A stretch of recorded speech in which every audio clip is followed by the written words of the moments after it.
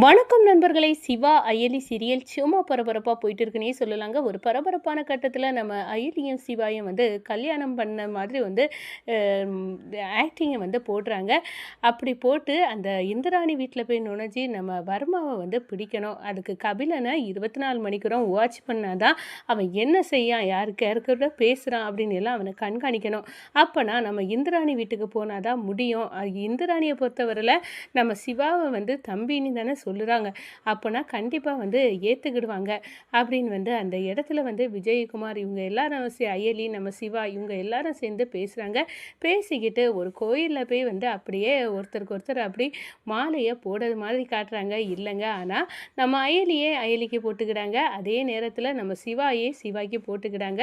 அயலியே அந்த மஞ்ச தாலிய எடுத்து தன்னோட கழுத்துல கட்டிக்கிட்டு, சிவா தான் எனக்கு கல்யாணம் பண்ணிட்டாங்க அப்படின்னு வந்து மாலையும் கலையுமாட்டு வந்து நம்ம இந்திராணி வீட்ல போய் வந்து நிற்கிறாங்கங்க. அதை பற்றி தான் நம்ம இந்த வீடியோக்குள்ளே பார்க்க போகிறோம். அதுக்கு முன்னாடி சேனலுக்கு லைக் அண்ட் சப்ஸ்கிரைப் பண்ணுங்கள் ஃப்ரெண்ட்ஸ். பக்கத்தில் இருக்க பெல் ஐக்கானையும் கிளிக் பண்ணுங்கள். அப்போ தான் நான் போடுற ஒவ்வொரு வீடியோவும் நோட்டிஃபிகேஷனாக உங்களுக்கு கிடைக்கும். வாங்க ஃப்ரெண்ட்ஸ், வீடியோக்குள்ளே போகலாம். ஃபஸ்ட்டு எடுத்த உடனே அந்த உயர் அதிகாரி நம்ம அயலிகிட்டையும் சிவாய்கிட்டையும் கூட்டி பேசுகிறாங்க. எப்படியும் அந்த வருமாயை பிடிக்கணும் அப்படின்னு வந்து சொல்ல நேரம், எங்கள் அம்மா மேலே இருக்க கலகம் வந்து போகணும், அவங்க மேலே இருக்க பழி வந்து போகணும். அதே நேரத்தில் அந்த உதய பெருமாள் வந்து நம்ம சிவாய மகன் தான், என்னோட பையன் அப்படின்னு வந்து ஏற்றுக்கிடணும். அதுவும் இல்லாமல் அந்த வர்மாவை பிடிக்கணும். அதுக்கு வந்து நான் எப்படியும் இந்திராணி வீட்டுக்கு போய் சேர்ந்தா தான் முடியும். ஏன்னா என் தங்கச்சி ரித்விகா வாழ்க்கையை நான் காப்பாற்றணும். அந்த கபிலனை வந்து அந்த குற்றத்தில் இருந்தெல்லாம் போக்கணும்னா கண்டிப்பாக வர்மாவை பிடிச்சி அந்த ரகசியங்களை தெரிய வைக்கணும் அப்படின்னு வந்து அந்த இடத்துல முடிவெடுக்கிறாங்க நம்ம அயலி, சிவா இவங்க எல்லாரும். அதுக்காக விஜயகுமார், நீங்கள் வந்து எவ்வளவோ வேஷம் போட்டுட்டீங்க, இப்போ கணவன் மனைவி வேஷத்தை போடுங்க அயலி, அப்போ தான் கண்டிப்பாக வந்து இந்திராணி வீட்டுக்குள்ளே வந்து நுழைய முடியும் அப்படின்னு வந்து சொன்னோன்னே, சரி இந்த வேஷத்தை நாங்கள் போடோம் அப்படின்னு வந்து அந்த இடத்துல சொல்லிடுறாங்க. அதோட கோயிலில் வந்து மாலையை ஒருத்தருக்கு அப்படியே வந்து அவரோரே போட்டுக்கிட்டாங்க. அதோட மஞ்சள் தாலியை வந்து நம்ம அயலியே தன்னோட கழுத்தில் வந்து கெட்டிக்கிட்டாங்க.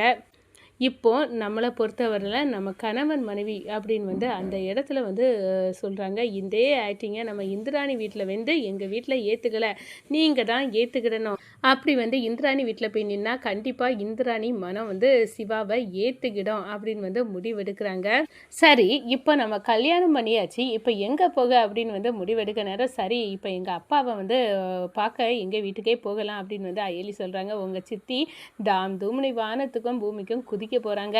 அப்படி இருக்க நேரம் அங்கே போனால் சரிப்படுமா அயலி அப்படின்னு வந்து நம்ம சிவா கேட்குறாங்க. வேறு வழி இல்லை, அங்கே போய் கொஞ்சம் ஆக்டிங்கை போட்டால் தான் எல்லாரும் நம்மளை கணவன் மனைவி கல்யாணம் பண்ணிக்கிட்டா, இவளை ஏற்றுக்கப்படாது இந்த வீட்டில் அப்படின்னு எங்கள் சித்தியெல்லாம் வந்து கொந்தளிக்கணும், அதுதான் நம்மளுக்கு ப்ளஸ் பாயிண்ட் அப்படின்னு வந்து அந்த இடத்துல முடிவு பண்ணி நம்ம அயலியும் சிவாயும் நேரடியாக வந்து நம்ம அயலி வீட்டுக்கே வந்து காலடி எடுத்து வைக்கிறாங்க. அங்கே போன உடனே இவங்கள பார்த்தோன்னே, என்ன எங்களுக்கு தெரியாமல் நீ கல்யாணம் பண்ணிட்டியா, இனி இந்த வீட்டில் இருக்கக்கூடாது, எங்கள் மானம் மரியாதை எல்லாம் போயிடுச்சு அப்படின்னு வந்து நம்ம அவங்க சித்தி ஜமுனா வந்து கத்த தொடங்கிட்டாங்கன்னே சொல்லலாம். அதே நேரத்தில் இனி இந்த வீட்டில் இந்த அயலி இருக்கக்கூடாது அப்படின்னு வந்து அயலியை விரட்டி விடாங்க. இதுதான் நம்மளுக்கு வேணும் அப்படின்னு வந்து அந்த இடத்துல முடிவு பண்ணுறாங்க நம்ம அயலியும் சிரியாவும். இனி நம்ம எப்படி வந்து இந்திராணி வீட்டுக்கு போனோம், முந்தி இருந்த நிலைமையிலேயாவது இந்திராணி தம்பியாக நினச்சா, இப்போ வந்து உதய பெருமாள்கிட்ட நான் சண்டை போட்டதுனால, என் அப்பா நீங்கள் தான் அப்படின்னு வந்து சண்டை போட்டனால நிச்சயமாக இந்திராணி ஏற்றுக்க மாட்டா, அதனால